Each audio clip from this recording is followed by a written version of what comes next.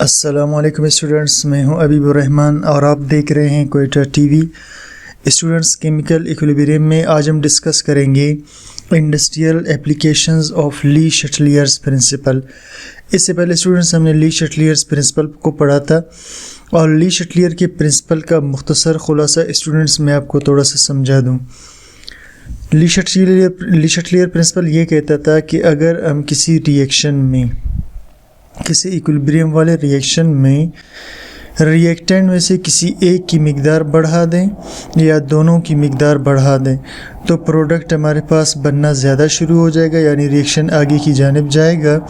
और इसी तरह हम प्रोडक्ट में से सी या डी की कंसंट्रेशन को बढ़ा दें या दोनों की कंसंट्रेशन बढ़ा दें तो रिएक्शन पीछे की तरफ जाएगा और ज़्यादा रिएक्टेंट्स बनना शुरू हो जाएंगे। तो स्टूडेंट्स, इसी तरह ली शटलियर्स प्रिंसिपल कहता था कि अगर हम रिएक्टेंट में से किसी एक की मिकदार को कम कर दें या दोनों की मिकदार कम कर दें तब फिर जो है प्रोडक्ट्स टूट करके दोबारा रिएक्टेंट्स बनाना शुरू कर देंगे।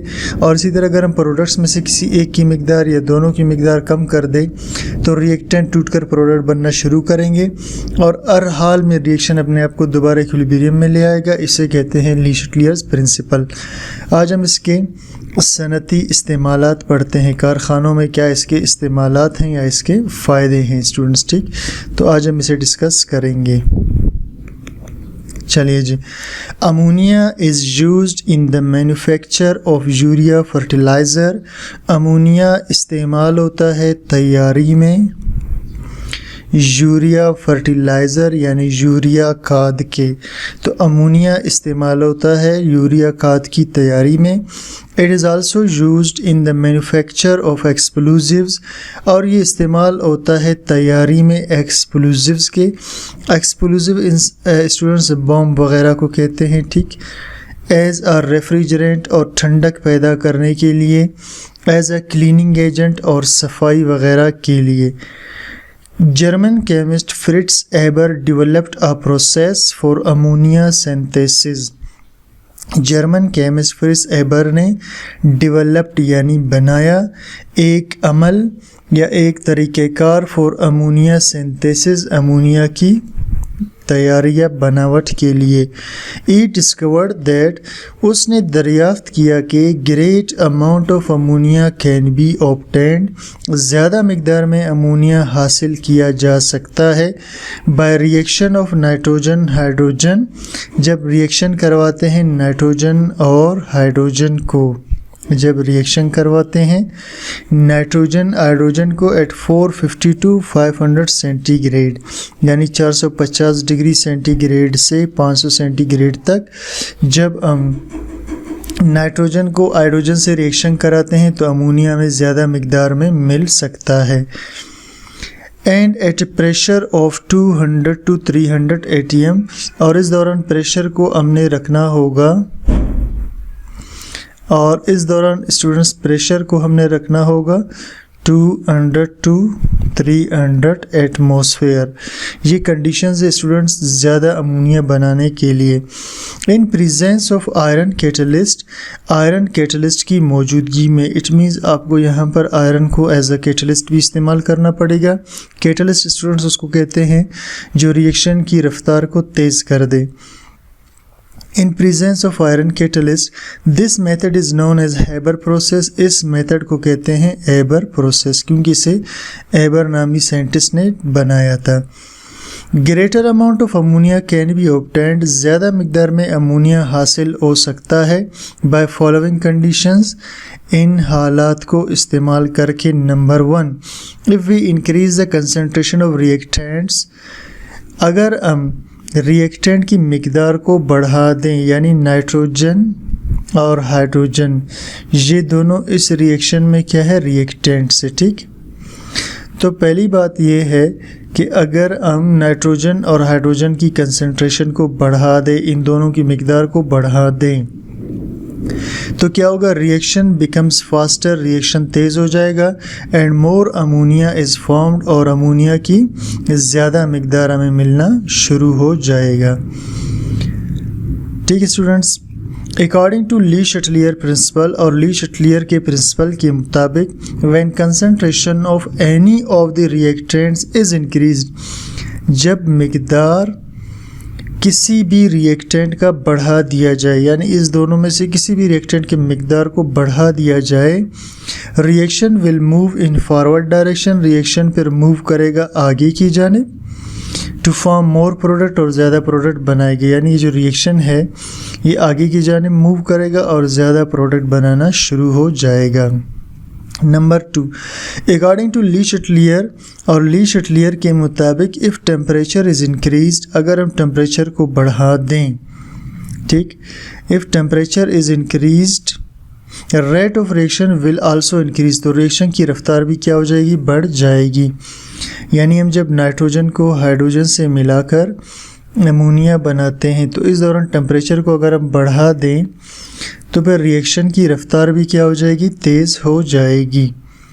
According to Le Chatelier if temperature is increase rate of reaction will also increase, temperature को बढ़ा देंगे रेट ऑफ रिएक्शन बढ़ जाएगा, and more product is form, और ज़्यादा प्रोडक्ट बनेगा। नॉट फॉर एक्सोथर्मिक रिएक्शन, लेकिन ये एक्सोथर्मिक रिएक्शंस के लिए नहीं है। इसका मतलब ये हो स्टूडेंट्स, क्योंकि एक्सोथर्मिक रिएक्शंस चाहते हैं कि हमारा हीट कम हो तो उसे आपने हीट नहीं देना, ये सिर्फ एंडोथर्मिक रिएक्शंस का हीट बढ़ाने के लिए है, यानी जो रिएक्शन हीट लेकर रिएक्शन कर सकते हैं ये सिर्फ उसके लिए है। Number 3, if we increase the pressure of gas then according to Le Chatelier gas molecules come close, अगर हम बढ़ा दें प्रेशर को, यानी एक बर्तन के अंदर नाइट्रोजन और हाइड्रोजन मौजूद थे, तो अगर हम इनके प्रेशर को बढ़ा देंगे, इनको प्रेशर बढ़ा देंगे, तो प्रेशर बढ़ाने से स्टूडेंट्स ये दोनों एक दूसरे के करीब आ जाएंगे, और जब करीब आएंगे तो आपस में ज़्यादा मिलकर ज़्यादा अमोनिया बना सकेंगे। If we increase the pressure of gas, अगर हम गैस का प्रेशर बढ़ा दें, then according to Le Chatelier, तो ली शटलियर के मुताबिक gas molecules come close, gas के मालिक्यूल करीब आते हैं, एंड फॉर्म मोर प्रोडक्ट, और ज़्यादा प्रोडक्ट बनाना शुरू कर देते हैं। Number 4, rate of reaction can also be increase, rate of reaction को बढ़ाया जा सकता है।